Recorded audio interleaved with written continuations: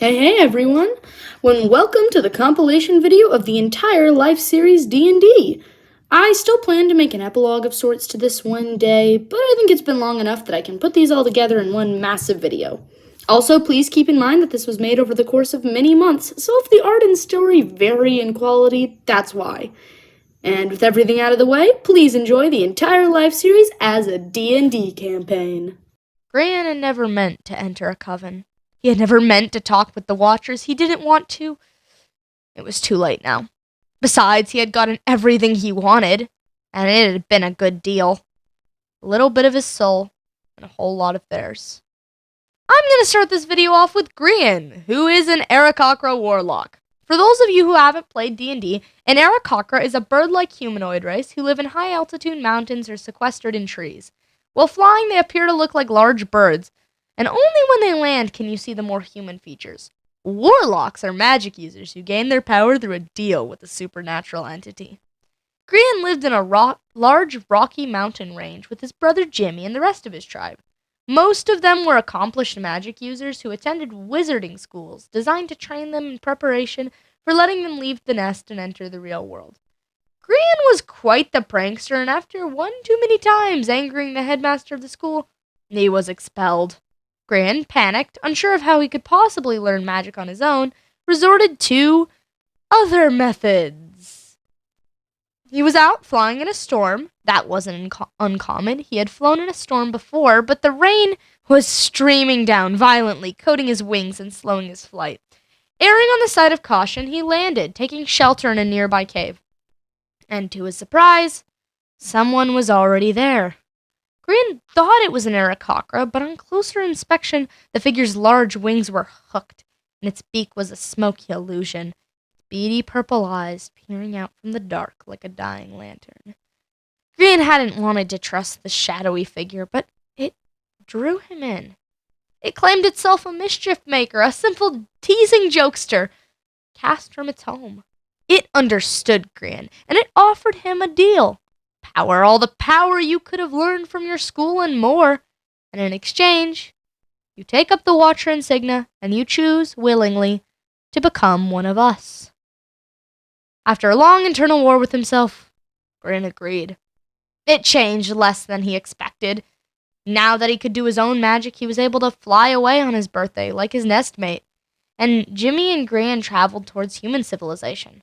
They met a changeling about their age, trying to get Jimmy's number for some girl, but he was a charming rascal and clearly alone. The changeling, who introduced himself as Scar, decided to travel with them, and after picking up a young artificer, Grian almost started to feel like he had made the right decision. But he knows what he did. He knows the fact that Scar and Jimmy's suffering tastes like honey is a bad sign. He knows the eyes approaching in his nightmares. It's a warning. He knows the extra pair of wings starting to sprout from his back, and it is dangerous. His eyes are going white, and he knows one day that debt will be repaid. Grian's design was very fun. Try to keep him in mind when you see Jimmy's design. While he's more brown in color, I added yellow feathers around his nose as a sort of hint to them being brothers. I used purple as his accent color, and I imagine the spells he casts give off a light purple glow as a sign of his deal. I almost gave him pure black eyes to be more accurate to the Minecraft skin, but I decided the eerie white glow just fit the character vibe I was going for too well. Scar loved being a changeling. He loved switching out his faces for someone new. He loved putting on voices to sell the character he was playing. More than anything, he loved that when he had a new face, none of his actions had consequences. Scar is a changeling rogue. Changelings are creatures who can make their appearance completely shift with only a thought. Their true forms show them as almost blank, their skins monotone, and the slight fey-like appearance to differentiate them from placid dolls. And rogues are your classic thieves, assassins, and general scoundrels who plague all cities. Scar was born to changeling parents who were both involved in an acting group. Renowned for their abilities to play any character given to them, changelings made some of the best actors in the business. Scar was no doubt going to follow in their footsteps, but when he was 6, the theater burned down on opening night, killing Scar's parents and giving him the scars across the entire half of his body. Orphaned and struggling for money, he did the one thing he knew he would be good at: shifting. Not for himself, obviously. He was for rent, if you will.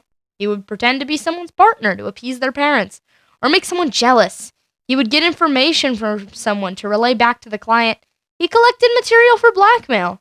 And sometimes he merely stood in at a social event of some place someone did not want to be.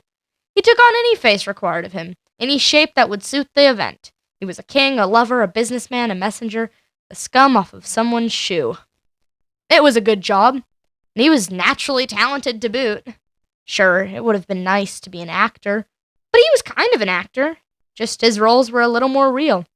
He had been talking to a tall, yellow Aarakocra, acting as a young woman who was too shy to talk to him all on her acting as a young woman who was just too shy to talk to him all on her own.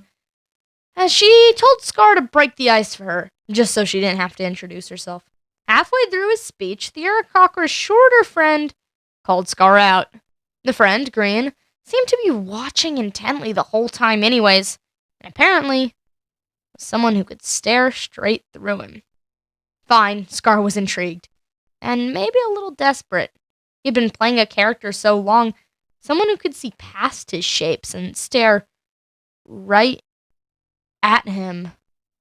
Con art was a job Scar could do on the go, so that day he packed his things, and he went. Scar's design was definitely the toughest for me. I just wasn't sure what I wanted to do. He had so many faces, that's kind of the point, and I think he would usually hide his scars, just because it makes people perceive him a certain way. His gray face is just out of the ordinary. I think he'd make himself look more like an elf when he's out and about. But for this design, I drew him in his changeling form, with all the scars he would have gotten from the fire. I put him in a blue singular sleeve shirt that's gender neutral, to look proper in both male and female shifts.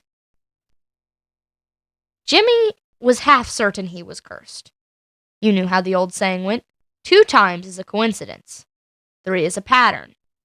And Jimmy's bad luck had certainly become a pattern. And Jimmy is an Aarakocra wizard. I already explained the Aarakocras for Green's character, and wizards are pretty self-explanatory. They just learn their magic from good old hard work. Jimmy's bad luck started when he hatched. It didn't help he was struck by lightning on his first flight. That hadn't been fun. He worked his tail off to graduate from the Alpine School of Wizardry, and even harder after his little brother was expelled, knowing if they both failed, their parents would lose all credibility among the other wizards. Somehow, Green had managed to learn magic on his own. Jimmy tried not to be bitter about that. Things just seemed to go right for Green, and it did Jimmy no good to be jealous. He was just excited his brother had managed things on his own, so that when the time came for them to fly out into the world, they could go as a pair. In a long string of misfortune, Jimmy had crashed into a tree when scouting, and his wing wasn't pretty. It needed a splint, an expensive splint. A changeling they were traveling with simply laughed and brought them to a smithing hut, where a young tiefling artificer was tinkering. Scar said he owed him a favor, and shifted into a young boy before revealing his true identity once the job was done. Luckily, his feelings weren't too hurt, and when Jimmy offered to let the tiefling travel with them, he gave him an enthusiastic yes. That made Jimmy happier than he would have liked to admit. Besides, having a technical genius couldn't help if he ran into any more trees. Jimmy's design was very inspired by canaries. With the yellow feathers, I gave him a long beak and made him look a little stretched out compared to his brother, along with the droopy feathers on his face. I thought it made him look a bit like a wet cat. I thought the blue shawl looked a lot like his jacket thing that he wears on his skin, and I went with white for his undershirt. I know Jimmy has brown eyes, but I liked the shocked look that the blue gave him, and so sue me. I like blue and yellow. Tango decided at a very young age he wanted to build something great. And something deadly. He drew up schematics, played old games. He would stare at his toys, imagining they were people, running through a maze of his creation. Tango is a tiefling artificer. A tiefling is an infernal race, and they face some of the harshest judgment from the folks around them. They have colorful skin, are resistant to fire, and some have horns and tails. An artificer is a wizard who draws their power from technology and are masters of ingenuity. A tiefling is a demon child, and Tango was aware of that. He saw the eyes trailing him as he passed. He saw the stares of people as he went to the market. He was more than a little ashamed to admit he had paid a changeling to pretend to be his friend, just to quell the looks. He had no clue where it came from. He had no parents that he knew of. He was just seen as the curse. The advantage to being a tiefling, though, is he could work in the forges without burning himself. And he did just that. The half-orc shop owner hadn't judged him anyways. She was just as ridiculed. He enjoyed working there. It was a steady wage, a roof over his head, plus the boss would let him take home the scrap metal at the end of the day, and that meant he got time to work on his true passion, his arenas. He would build metal boxes and let the rats attempt to escape, then he moved on to mazes, and he thought about games, real games that people played and won. He wanted to build those, and when he one day achieved his dream, he would call it Decked Out. It was quiet the day in the shop when some changeling he had hired all those years ago showed up with an Aarakocra leaning over his shoulder. It had a badly broken wing, twisted at an unnatural angle. Tango had constructed him a splint, and he could barely contain his excitement when the party offered to let him travel with. With a kind goodbye to his boss, he was off, excited to finally see the world his grand arenas would exist in. Tango was the last design I did, and he was so fun. I originally wanted to give him a more reddish skin tone, but I like the red freckles on the gray skin. It cuts off at the bust, but he is wearing overalls, and he has a long tail. One thing I thought I should mention, although most tieflings had horns, Tango doesn't. If you don't know, Tango has said before that he doesn't like seeing his character drawn with horns, so I opted not to include them, just to respect that. Martin was still being watched. Now it wasn't only when he closed his eyes, he could feel it during the day, too. Dark pupils trailing him as he scribbled down his notes with furious speed, as if stopping for one moment would let those eyes take his thoughts, too. Martin is a half-elf cleric. For those of you who don't play D&D, half-elves are a mixed bloodline of humans and elves, who are a mix of humans down to earth nature and elves nobility.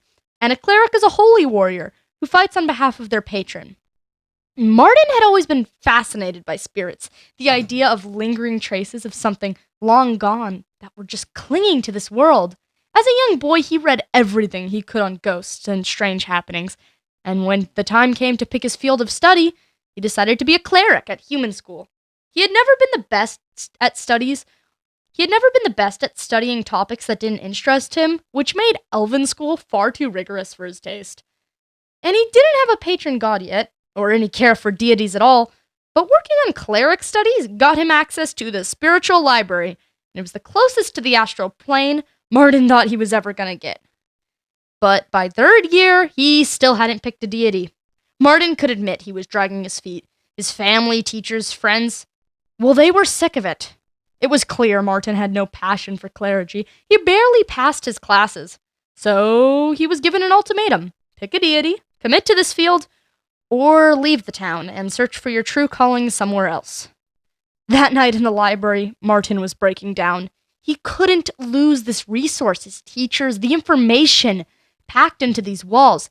He could pick a random deity and claim to serve them, but that seemed like a good way to make powerful enemies. And while he was pondering this, he saw a figure. Tall and dark, its large wings feathered in black. Eyes all over it. You want someone to serve, little boy? The figure laughed, a disconnected, stilted sound. Well, you may serve us. Martin scrambled for his camera. He took a picture of the figure. That was unlike any god he'd ever heard of. That shadowy film, its disconnected voice, it was like a ghost. That night, Martin stole as many books as he could carry, and he ran away. He had been spending his days in the basement of a theater. A kind gnoll offered to let him stay there, and Martin was too desperate to question his motives. His interest in ghosts had spread to an obsession, and it was consuming him. The teeth only tightened around his neck. That figure he had seen that night, it didn't match anything in his textbooks. It didn't exist. Or at least no one had proven its existence yet. As he poured himself deeper into the research, he got more paranoid.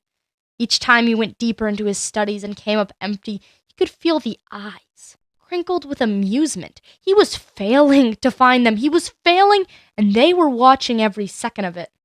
Martin locked the basement door. Thumbtack String, Wren, the gnoll he had befriended, still stopped by every day to drop off food and ask how Martin was doing, which he appreciated, even if he never opened the door. They watched him write his notes, compile his evidence. They laughed as he tried to outsmart them. They were entertained by him, entranced by this fool's errand, because those dark eyes always disappeared by the time he turned around. Martin was very fun, and unfortunately, most of his interesting character elements are below his waist, so his speed paint was my least favorite to do. Despite that, I really liked drawing his insane conspiracy theory notes, and the little bit of purple eyes on his right cheek was a fun evil detail. The necklace is meant to resemble prayer beads as well, if you've seen Bruce Almighty. You know. Applause. Thundering applause. That was Wren's favorite sound. The smattering of hands together as he stepped out into his kingly robes and took his bow. The dripping of fake blood down his neck as he died night after night just to entertain. For 3 hours at a time, he didn't have to be Wren. He was the Red King, and everybody loved it. Hey, something important to go over before I get into the Wren story. During the research for this video, I realized there's no official dog-like race for D&D, and that was unacceptable. His name is Wren the dog. I couldn't not. My dungeon master lets us play certain monsters or monster hybrids as homebrews, so after quite a bit of thinking, I decided to make him a descendant of gnolls, a hyena-like monster, and tie it into his theater backstory. I thought about using dogfolk or some other homebrew, and I may do that for a future character, but I like keeping these mostly canon, so using an official monster hopefully makes everyone happy. I'm sorry. Wren is a gnoll bard. A gnoll is a hyena-like humanoid monster, which are made through demonic influence and bloody conquest. And a bard is a musician or actor who draws power from their performance. Wren is a monster, by definition. He has sharp teeth, a snout, hooked claws, but he's never felt like a monster. He doesn't have matted fur of other gnolls. He doesn't eat people. He dresses in normal clothes, if a bit big, and he lives in a town. He was raised by humans and civilized kobolds. He would play with the other children like normal. People would call him to help carve up meat in the butcher's shop or chop down trees. He performed shows with an acoustic guitar in the town square every Thursday and Saturday night. In his small town, everybody loved him. Moving away was a little different. People weren't quite as kind. But that was okay. He could win them over. A few songs, some smiles. And he was run out of 6 towns before he found the Help Wanted poster. He was in a big city, meant to be a melting pot of other races. He was hoping that would let him stay covert, at least for a little while. And one day, he found a Help Wanted poster, the insignia of one of the biggest theaters in the world, stamped onto that paper. Auditions for the Red King's Ballad this Wednesday. Wren showed up to the auditions with all his hope, and he did well. Not only well, he got the lead role. Not because of his acting experience, but because they wouldn't have to use any prosthetics to make him look like a monster. Mat up his fur, pour in some blood, and Wren really was a nightmare. Oh, and gosh, he was happy to be terrifying. Originally, his fellow actors were scared of him, but it didn't take them long to realize Wren was just a big softie. He quickly became one of the most beloved people on set, and each show, he came undone. He became a dictator, a murderer, a monster, before a pair of survivors from the desert stabbed him through the heart. The final words, "Red winter has ended," always left the audience starstruck. People traveled for miles and miles just to see it. Wren's life was on the up and up. He let a traveling cleric stay in his theater basement. Real nervous folk. Wren was secretly hoping he would audition for the King's Hand soon. He was perfect for the role. So it was a little disheartening when he locked the door. But Wren could wait.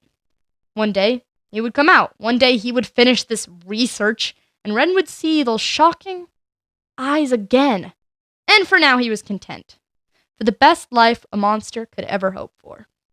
Wren was really fun to do. The main problem I was having was trying to make him look like a gnoll, while also having him look like a dog. Gnolls are similar to hyenas, and that's why I rounded his ears and gave him the bigger grin. His fur isn't matted though, he takes care of it. On my original design, he didn't have the glasses, but I added them to be reminiscent of the sunglasses on his Minecraft skin, and also I like the docile little pup look it gave him. Ren's not a monster, he wears shades. Scott had always been noble. He was the strong sacrificer who had dedicated his life to elfkind, to his family, to his home. It was that sacrifice that drove him to fake his own death and go far, far away. Scott is a paladin high elf. A high elf is one of the most noble creatures, most intelligent, graceful, and even more powerful than normal elves, who can live to hundreds or even thousands of years. And a paladin is a holy warrior, whose magical powers come from a sacred oath. Scott had always done what was required of him, and that wasn't a tragedy. He liked being of service. He liked being prince to elven kind. He liked being the golden child of a golden race. He liked feeling beautiful, powerful, and needed. At 120, he swore himself to a paladin oath, promising to do whatever would be best to serve the high elves for as long as he lived. And that oath was what eventually forced him into death. His father didn't sugarcoat the news. Son, you're 170 years old. It's about time you were married. And that was the day Scott learned he was engaged. He had seen the portraits. She really was beautiful. A dark elf princess by the name of Pearl. Her dark glowing eyes, her midnight skin, her moonlight hair. Scott couldn't have asked for a more beautiful bride. And yet she was something that could never be accepted. An alliance with the dark elves would prove disastrous. He was sure of it. She was crazy, and that meant the only way to protect his kind would be to deny her hand. Turning down the princess of their nation would surely lead to war, but if her husband-to-be died suddenly and violently, tragically leaving no other sons for her to marry, then that would be that. It was a night when Scott decided to fake his own death. A torn pair of his armor, a shallow cut on his arm that looked like he had used to soak the fabric, a lock of shredded hair. That was all Scott needed to leave behind for his parents to believe their son was dead. Still so young. He decided to find a town to stay until the news of the prince's death died down. He met a necromancer who appeared to be about his age in human years, named Cleo. They were working at a taxidermy sculpture shop and offered to let Scott stay with her as long as he waited for his identity to fade away. She even offered to change his appearance through body modifications, which Scott turned down, although he was grateful for the option. Everything seemed to be working out for him, or at least it was, until the very princess he rejected knocked on Cleo's front door. Scott was my second favorite design I did. Blue, orange, and gold is one of my all-time favorite color combos, and I love drawing royals. His armor gave me a little more trouble. I had never drawn armor before, but I liked how it came out. I gave him much longer ears than Martin, just because high elf ears tend to be longer than half elves, and his hair is also long. High elves tend to wear their hair long and straight, but I think Scott would braid it back for fighting, and so he can show off his earrings. Once he goes into hiding, though, he chops it off and also dyes it brown to change his appearance. Pearl was used to rejection. She was a dark elf, after all, a force of night. Rejection was one thing, but lies were another. And that prince was certainly a liar, faking his death just to avoid her hand in marriage. That single lie had torn her life apart. And if he really was alive, she would find him. Pearl is a dark elf druid. A dark elf is a subrace of elves who live in the Underdark and are known to use their otherworldly beauty for seduction and fear. And a druid is a magic caster who can speak with and turn into animals due to the strong bond with nature. Her family was certain Pearl was a curse. Her best friend had died at 110. Her sisters all went missing. The Drow King died the day of Pearl's birthday. Maybe that's why Mother decided Pearl was to be married. Maybe they wanted to send this lone wolf's curse to some other kingdom, make it their problem. They already hated the High Elves. Pearl was even considered being sent out as an assassin. But it turned out Pearl didn't even have to see her beloved to kill him. Scott was proclaimed dead, torn apart by wolves in the woods near his palace. And Pearl was cast out. The queen rightly feared for her own life. Pearl's curse had killed another, and so anyone could be next. So the fair and beautiful elven princess was sent to the surface world as an outcast. Luckily, Pearl wasn't completely blind on the surface. She had been sneaking to the woods for years, and she talked to the wolves that lurked there. They were like a second family to her. When she was cast out, she lived with them, and all the druid powers she had been developing over the years allowed her to talk and live with them rather seamlessly. She had become regional folklore over the years, the Red Witch of the Woods, with her rabid pack, her crescent scythe cutting down the hunters that wandered into her territory. Some even proclaimed her a goddess. But then she was called out of hiding when one of her pack brought her a bag covered in Scott's scent. Her husband-to-be was alive, and apparently he had been living just miles from her woods for years. She drew the pack to her and showed up at his door. He was shocked to see her, of course. The only thing that stopped Pearl from killing him there was curiosity. The future High Elven King faked his own death? Why? With a lot of teeth as backup, Pearl got Scott to explain what happened. At first she was furious, but he was right. The Drow didn't have good intentions for them, and Pearl had no loyalty to anyone anymore. They had cast her out. So, begrudgingly, Pearl decided to stay with Scott and Cleo. It wasn't too bad of an idea. Besides, if she was lucky, her curse would kill Scott for real one day. And when Cleo said she was traveling across the world to find something linking to her past, and Scott decided to go with her, Pearl tagged along, with the whole pack following behind her. Pearl was tough to get right. The main thing was making her scary, but not too scary, and I think furrowing the eyebrows did the trick on that. I really liked her design. The red cloak and the cool-toned hair was tough at first, but I think it came out nicely in the end. And also, fun fact, my first D&D character was a dark elf. Cleo didn't know what she was. She didn't know if she was a man or a girl. She didn't know if she was dead or alive. She didn't know if she was created or born. And if there was one thing Cleo didn't like, it was not knowing.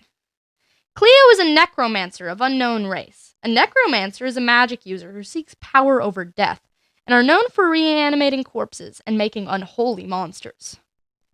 Cleo had woken up crammed in a cardboard box outside of a library. Every movement she made was stilted and broken, like she had been torn apart and then smashed back together.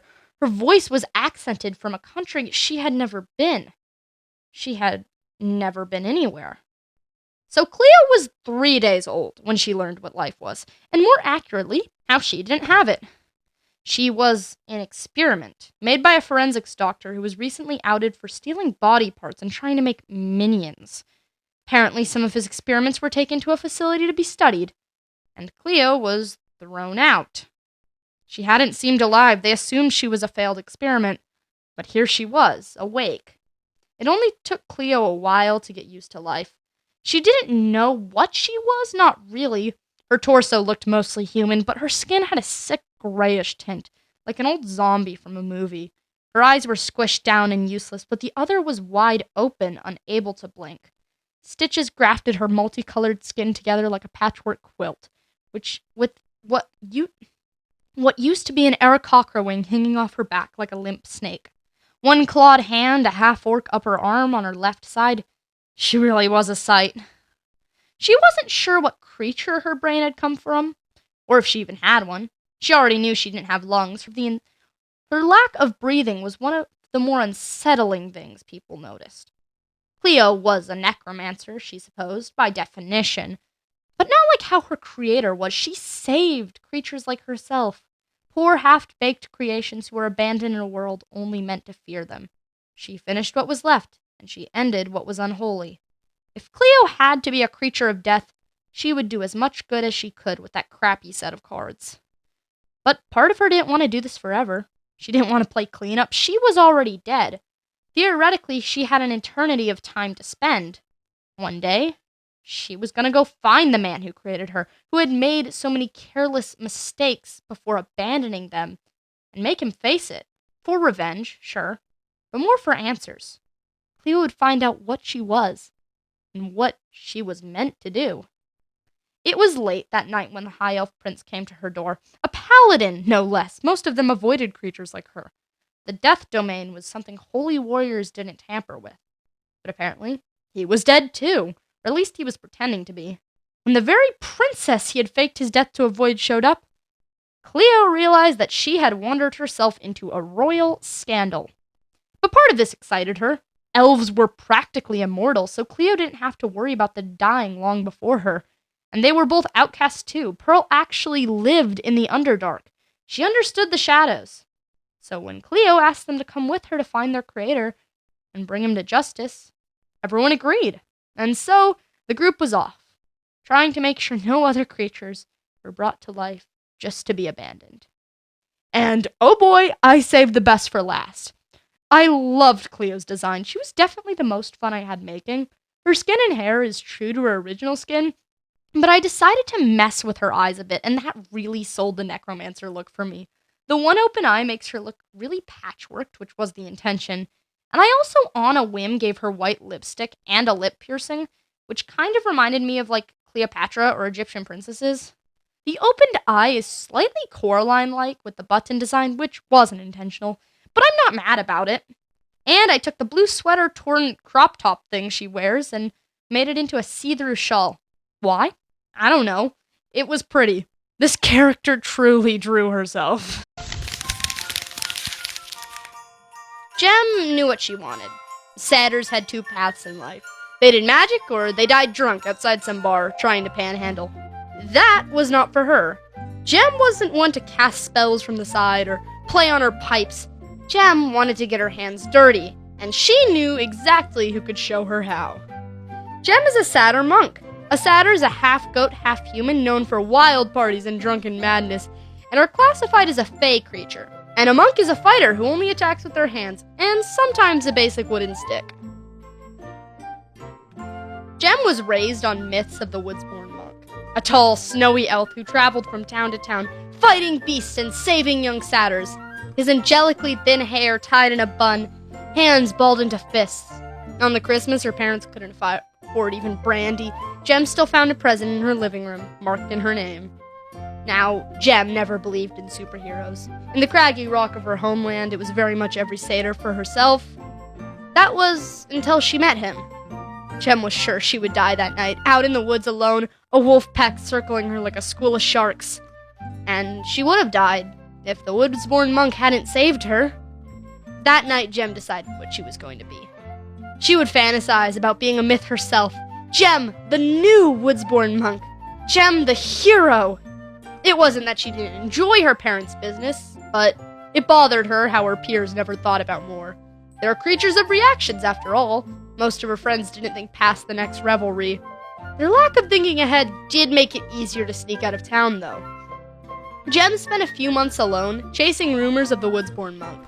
Some claimed he was dead, some didn't even think he was a man. Most doubted he existed at all. But Jem found her lead, and within the week, she was at his door. It was a quaint place, about an hour from the nearest town. Animated greenery wove its way in and out of the wooden cabin, the mossy roof blooming with more plants than Jem could name. The dull glow of the firelight flitted through the windows, silhouettes of two people moving inside. She knocked on the door, and all the lights in the house went off. The message was pretty clear. Go away. So, of course, Jem slept on the porch. After the fourth day of camping outside the door, the inhabitant of the house finally came to greet her.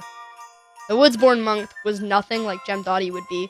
He was a middle-aged elf with thin white hair past his shoulders, a pinkish-red scar ripped through the right side of his face, giving him a haunting appearance. A cloth mask pulled over his nose only emphasized his darkness.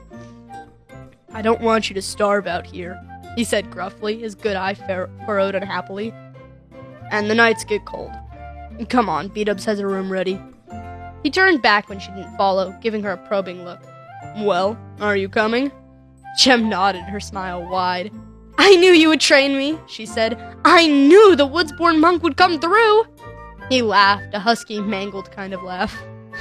My name's Etho, he said. And if you're expecting training, you might as well stay outside and freeze. Much like Martin from part 2 of this series, Jem is more interesting below the waist. She has fun-spotted fawn legs and a crocheted skirt. Anyways, it was cool. She was pretty easy to design. I really liked the top I gave her, and the bandages all over her arms were really therapeutic to draw. If I had to change anything about her, I would have made her ear skin less colored, but she can't win them all. I had fun with her, and the goat slit eyes are one of my favorite things I did in this video.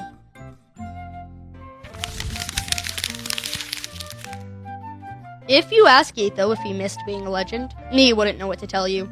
He missed helping people, he missed inspiring others, and sure, he missed some of the grand stories people would tell about him. It was good to be wanted, but it didn't really matter now. As far as Etho concerned himself, he was dead. Etho was an elf monk, but not just any monk. He's a monk with the shadow subclass. Basically the ninjas of D&D. Etho never expected to retire. He could go on making creatures vanish and dropping gifts off to impoverished kids and rescuing people lost in his woods. It, in part, made him feel invincible. Legends never died, at least that's what they say, and elves were the same. He had been on this gig for hundreds of years, and he didn't look a day over 30. But then he met a monster he couldn't beat, and was reminded of just how fragile life was. And of course, the one person he failed to save had to be his brother. Etho thought it was good as time of any to retire. If you asked him, he'd tell you he was tired of the myths, wanted to be a normal elf for the remainder of his 750 years on Earth. But, truthfully, he was scared. Etho didn't think he could handle seeing anyone else broken in the way he was broken. He tried not to dwell in the past. He had his home, his retirement, his best friend, a druid named B-Dubs, who needed the company himself after running from his past, and who would also live up to 500 years before Etho would have to say his goodbyes. Sometimes Etho would wonder if he was still a legend out in the real world. Not that it mattered. His life was over there, and this life was good. But Etho only managed to get 3 years of that good life before a strong, loud, mule-stubborn satyr girl showed up at his door. He just wanted her out of the cold. Nothing more. Hell would freeze over before he got his gear and sentenced another to the failure he felt. Besides, she would only live up to 100 years. What could she do with that blip of an existence? No, it was better for her to stay small. Besides, Etho could admit he got attached. Thinking about Jem leaving, going to fight, he wouldn't lose anyone else. But after a year of wheedling, Jem convinced him to let her train, just a little bit. It couldn't hurt to teach her self-defense, just in case she found herself alone. Begrudgingly, Etho agreed to a single-hour session in self-defense only once a week. Then 1 turned into 2, and then 3, and they were training for hours, every day. Soon, Jem could best Etho in hand-to-hand combat. You're happier, B-Dubs told Etho, his cracked teeth pulling into a genuine smile. I knew you missed training. Etho brushed him off, but secretly he could admit it was true. He had missed his old life, and the more he trained with Jem, the less afraid he was. Etho never planned on coming out of retirement, but he wasn't ashamed to admit it now. Jem was stronger. Not physically, but mentally. She had no fear of the world, and Etho knew she would succeed where he had failed. After that, Etho heard rumors about the woods-born monk coming out of his retirement, and all the people who had claimed Etho had always been a woman got to say, I told you so. Jem wasn't perfect. She lost people, but she was the best hero Etho could have asked to succeed him. And in their little cabin, B-Dubs and Jem by his side, he was happy. And looking at the new, actually the same, woods-born monk sitting across from him, Etho knew what they said was true. Legends never die. Etho was my favorite to write, but my least favorite to draw. His mask just looked so pasted on, I don't know. I think the issue was the slight beanhead syndrome. Cal Arts has still not died. I do like his coat, though. I imagine after retirement he exclusively wears furs, because why not? He's basically an old man anyways, and the bathrobe will sell the look.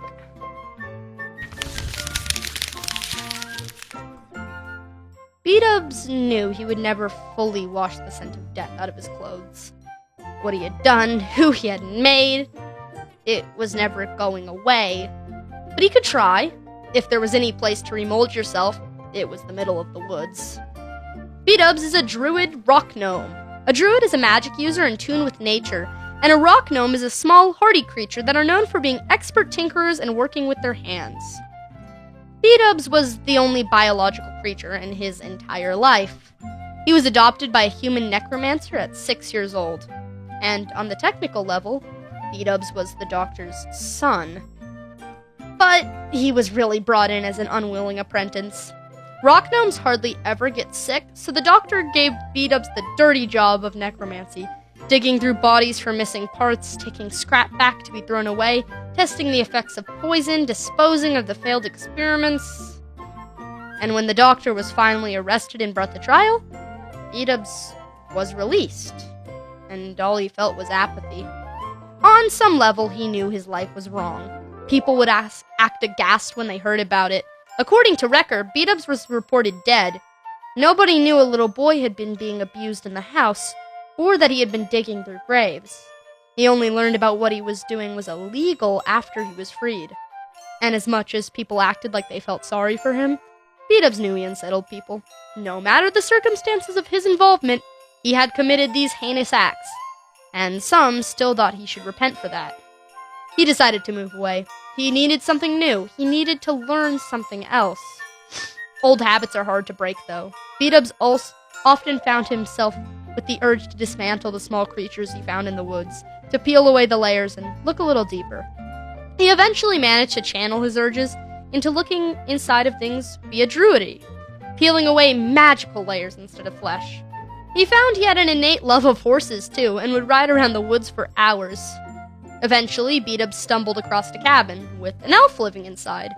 They quickly became friends, and B-Dubs was happy to live with someone who didn't have him dig through piles of skin or bury fake people. Etho still wouldn't let the horses in the house, but B-Dubs could wheedle him down eventually. B-Dubs mostly managed to forget about his uprising. That was until one of the creatures he helped create cornered him in the woods. Her name was Cleo, and she was looking for the doctor. At first, B-Dubs was taken aback. He would have recognized the doctor's handiwork anyways. B-Dubs' father, quote-unquote, always had a way with stitching. Part of him wondered why people looked at him the same way. Sure, he didn't have the stitches or the monstrous form, but he was molded by the doctor too. Just like Cleo, B-Dubs was created by that man. He couldn't bring himself to leave Etho or Gem, the new addition to their home, but he gave Cleo a magic messaging tablet and promised to stay in contact. And he also made Cleo promise that when she found their father, she would let B-Dubs see him one more time, and make sure there was no family resemblance left. I love doing B-Dubs. He was my second favorite design I did for this video. I think after leaving necromancy behind, he would stray far away from anything dark, quote-unquote, in his clothing, and he would lean hard into that forest creature aesthetic. I played with the idea of giving him stitches like Cleo, but I don't think the doctor would do that to him. He had plenty of experiments to practice on, and B-Dubs wouldn't be able to help around the lab if he was recovering from getting the stitches. So our boy gets a clean face.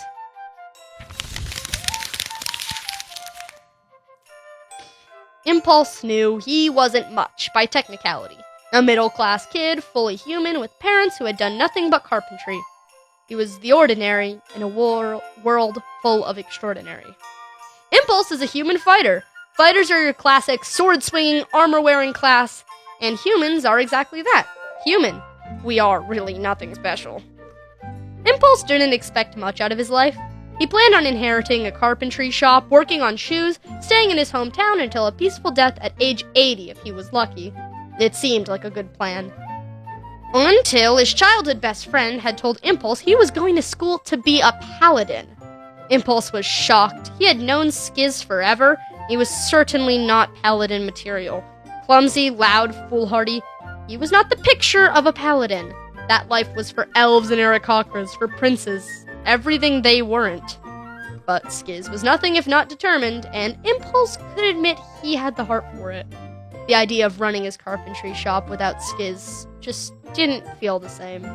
Whatever. If Skiz could be a paladin, why shouldn't Impulse shoot for more too? So he made the most impulsive decision of his short human life, and went to train for the Royal Guard at the school Skiz applied to. It was hard work, and harder than anything Impulse was used to. He had to train twice as often as his entire squadron just to match the elves in technique or the Dragonborns in strength. He played as many mind games as possible just to beat the worst of the gnomes. Impulse constantly felt like he was falling behind, no matter how fast he ran or how smart he got. But he was with Skiz, and he hadn't managed to fail yet. And in the end, he got to graduate, standing up there beside all those other creatures, not stronger, not smarter, but more determined. He supposed that's what humans were good for, their spirit, for something so small, so breakable to survive in a world of the fantastic. They would all have to be fools. Maybe some of them were fools. Skiz might have been a fool.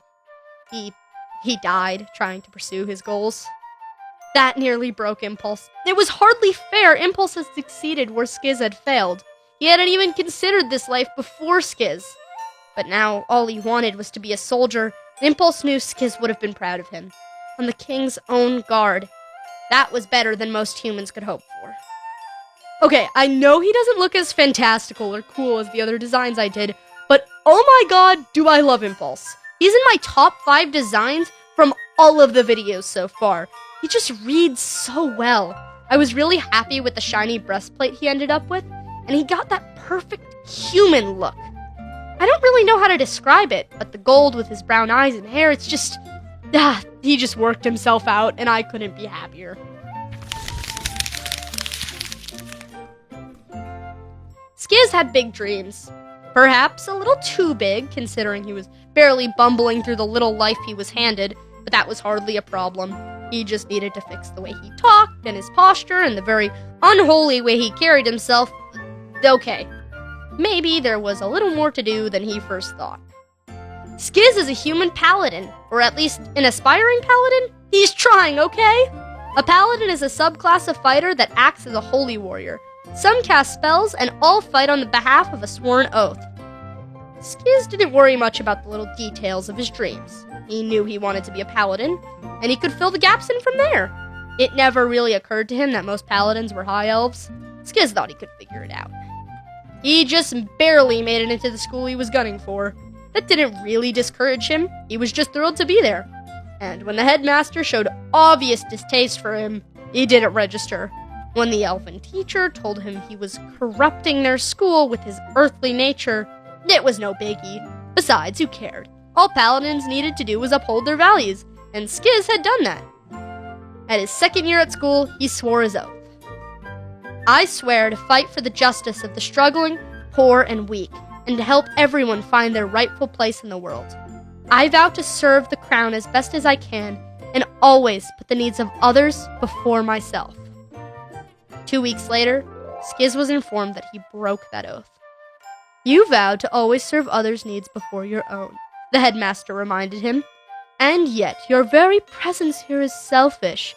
If you really cared for the people, you would leave and let someone more qualified take your place. You are not a paladin. And you were never going to be. An oathbreaker paladin has 2 paths. An honor suicide or execution. So Skiz ran away. He knew he didn't break his oath. He was still fighting for the people. When news of his own death reached him, Skiz simply laughed. He believed in his oath, so he had his power, and even without the honor of his school, he could follow that goal. His only regret was never telling Impulse he was alive. There was no way to let him know, not with him being so close to the king, but he knew Impulse would be okay. Humans were resilient, right? And Impulse was as human as they come. In a small village hundreds of miles from his old school, Skiz was a paladin, and in the little village he made his home in, he was a real paladin. And until the day he died, he kept that oath that everyone believed was broken. Skiz was fun. I did him right after I did Impulse, so I followed a lot of the same stuff that I did for him. I gave him a more silvery blue-gray color palette, just to fit the whole Holy Warrior Paladin thing, but I still made him a little rough around the edges. It's Skiz after all. And I also realized that both of the paladins from this series ended up faking their own deaths. There you go, Skiz. Join Scott in the Dead But Not Really Dead Club. Big B wasn't a liar, but he enjoyed a little bit of misdirection, a twist in his story, a spice to his words, and he couldn't help it if the confusion on people's faces made him grin. Was in Fey nature after all. Besides, people outside the court were so easy to trick. Bigby is a Fey rogue with the Arcane Trickster subclass. A Fey or Fairy is an innately magical creature that likes to trick humans, but can sometimes go too far. And a rogue is a sneaky guy, but the Arcane Trickster subclass means they also use arcane magic, mostly for conducting illusions. Bigby was born a middle-class Fey, but over time, he had worked through...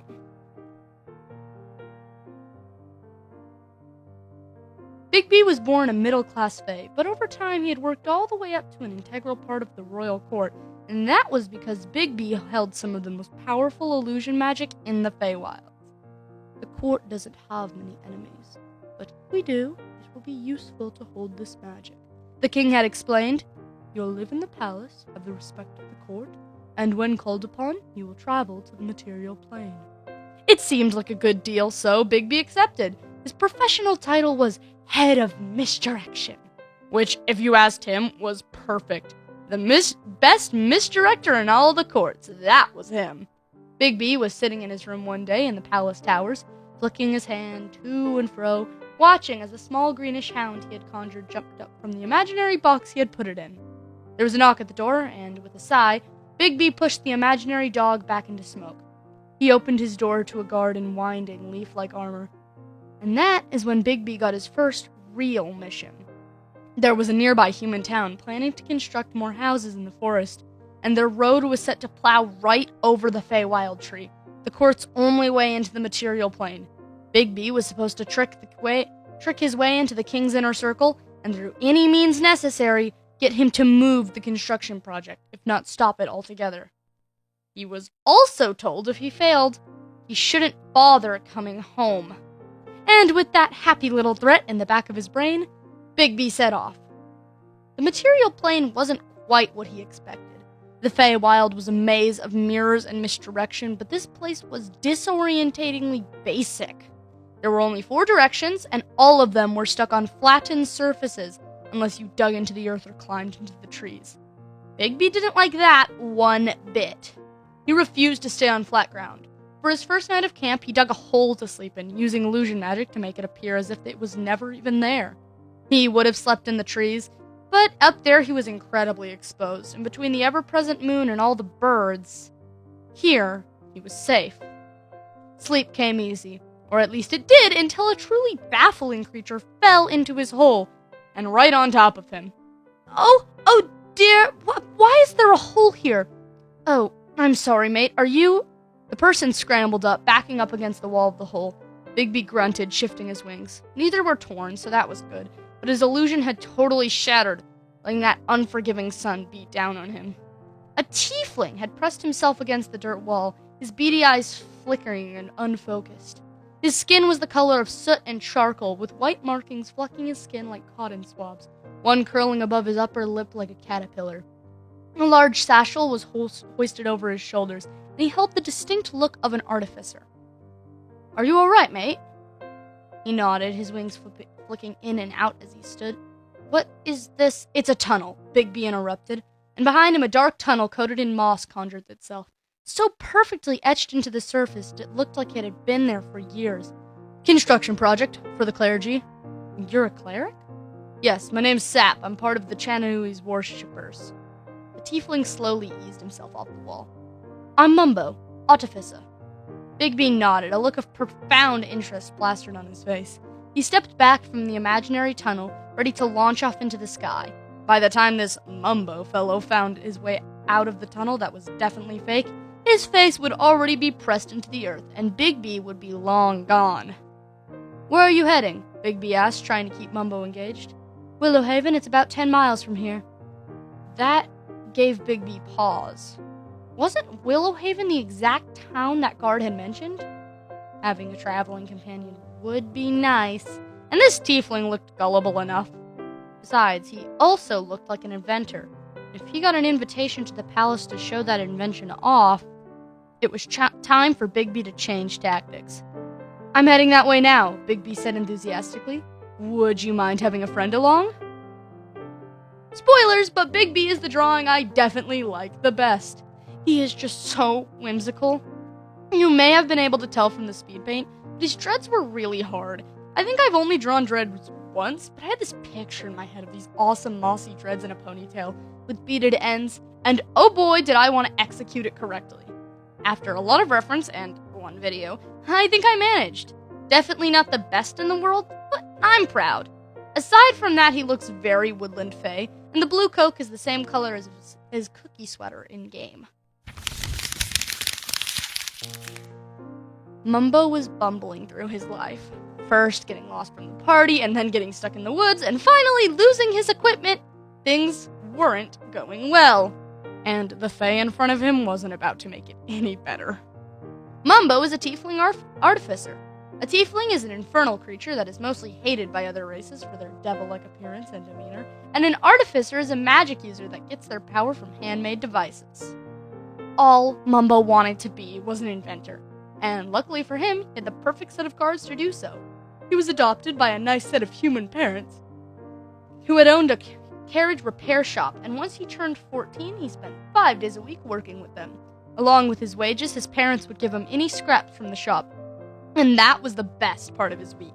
He would sit on his bedroom floor above the shop, tinkering with his parts and using his little bit of innate tiefling magic to make them move. Small walking beasts he created all on his own, and with some more parts, he could make them so much more. Mumbo never dealt with much tiefling discrimination. He was raised in a small town, and almost everyone knew everyone else. They were all neighbors. Besides, it was a mixed town, and along with them, there were gnolls, elves, gnomes, and more.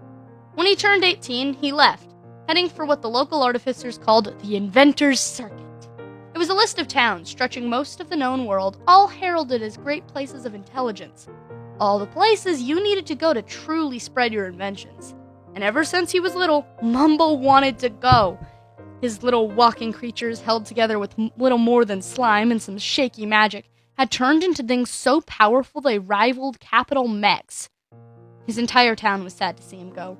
Mumbo was well loved, and he had made many things to improve life for their little village. Automated farms, robotic helpers, doors that worked so often they had managed to forget the time he accidentally locked City Hall for a week. And with a tearful goodbye, he set off. And quickly found out the real world was not as kind.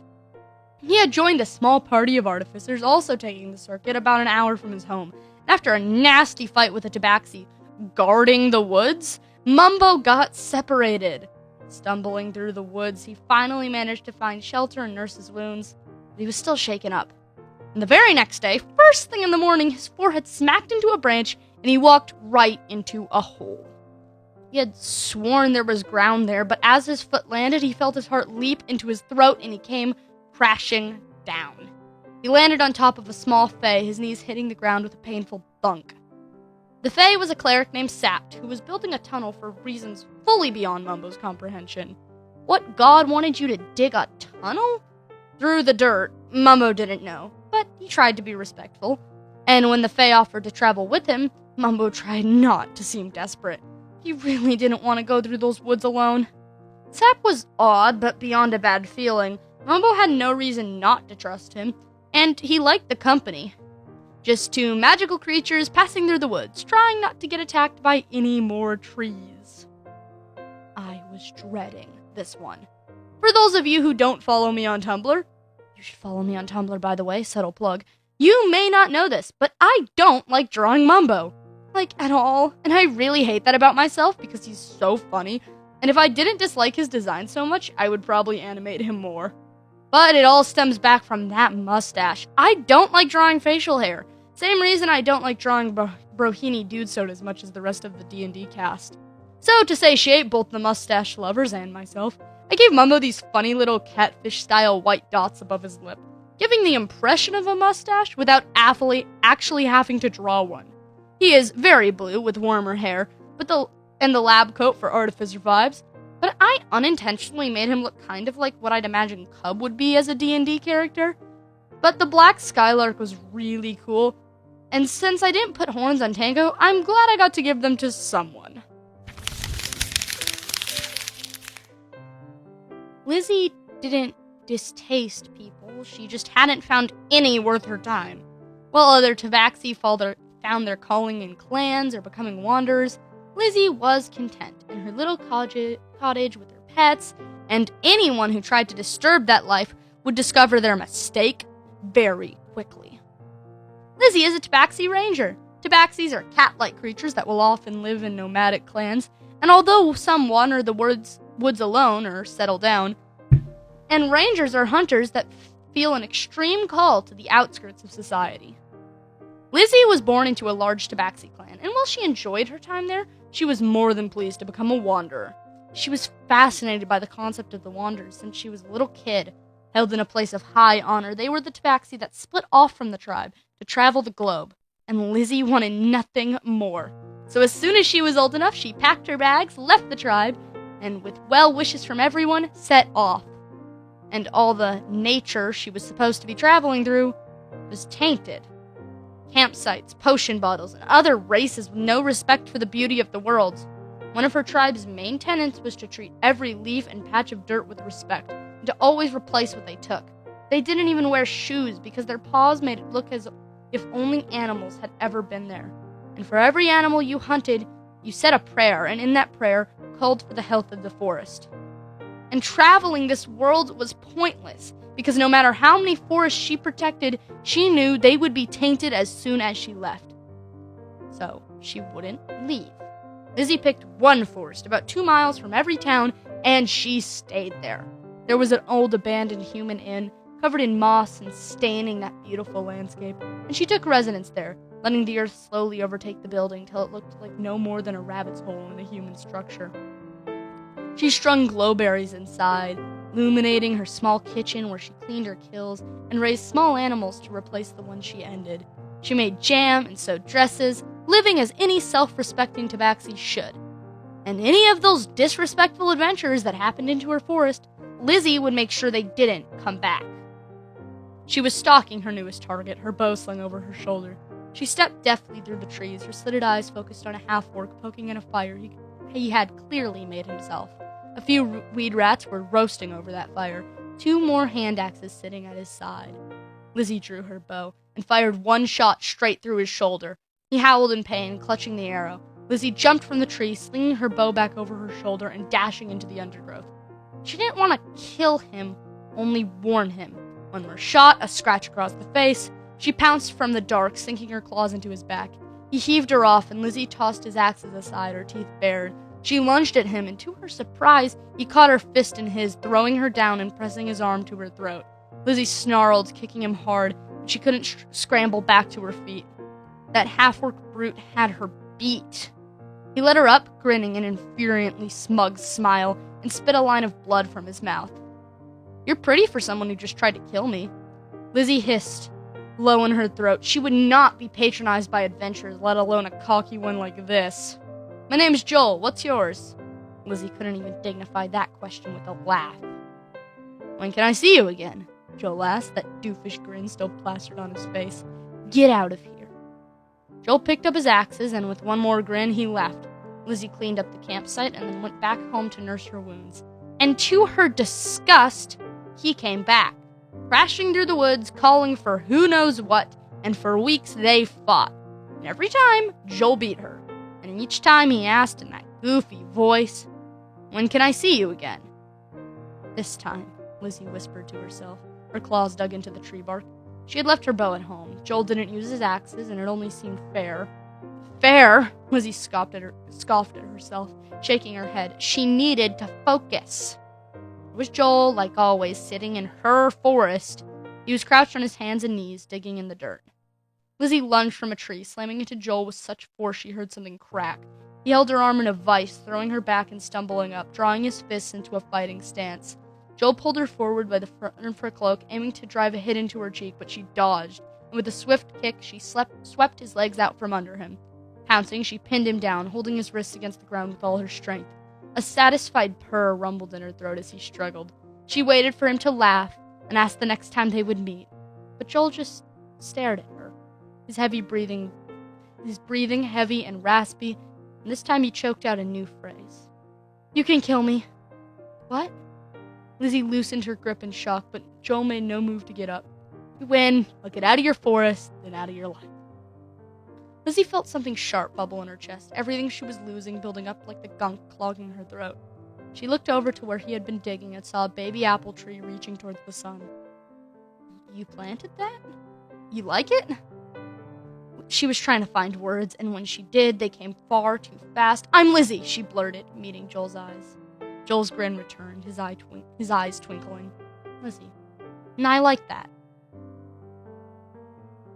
Lizzie had most of the work done for her already. I was originally going to make her a Triton or water genocide, but I had this cool guardian of the forest concept and had to pull from her Empire's 2 skin. I made the same Empire's calico, and while most tabaxis don't have hair, it really wasn't Lizzie without the pink. I thought long and hard about this too. She was nearly bald. I hope I made the right decision. Joel loved to fight. Ever since he was a little kid, he got into scraps, which often were way more bloodier than he intended, which often led to his quick banishment from whatever town he was crashing in. He was weak for being an orc, and far too strong to be any kind of human. Joel is a half-orc barbarian.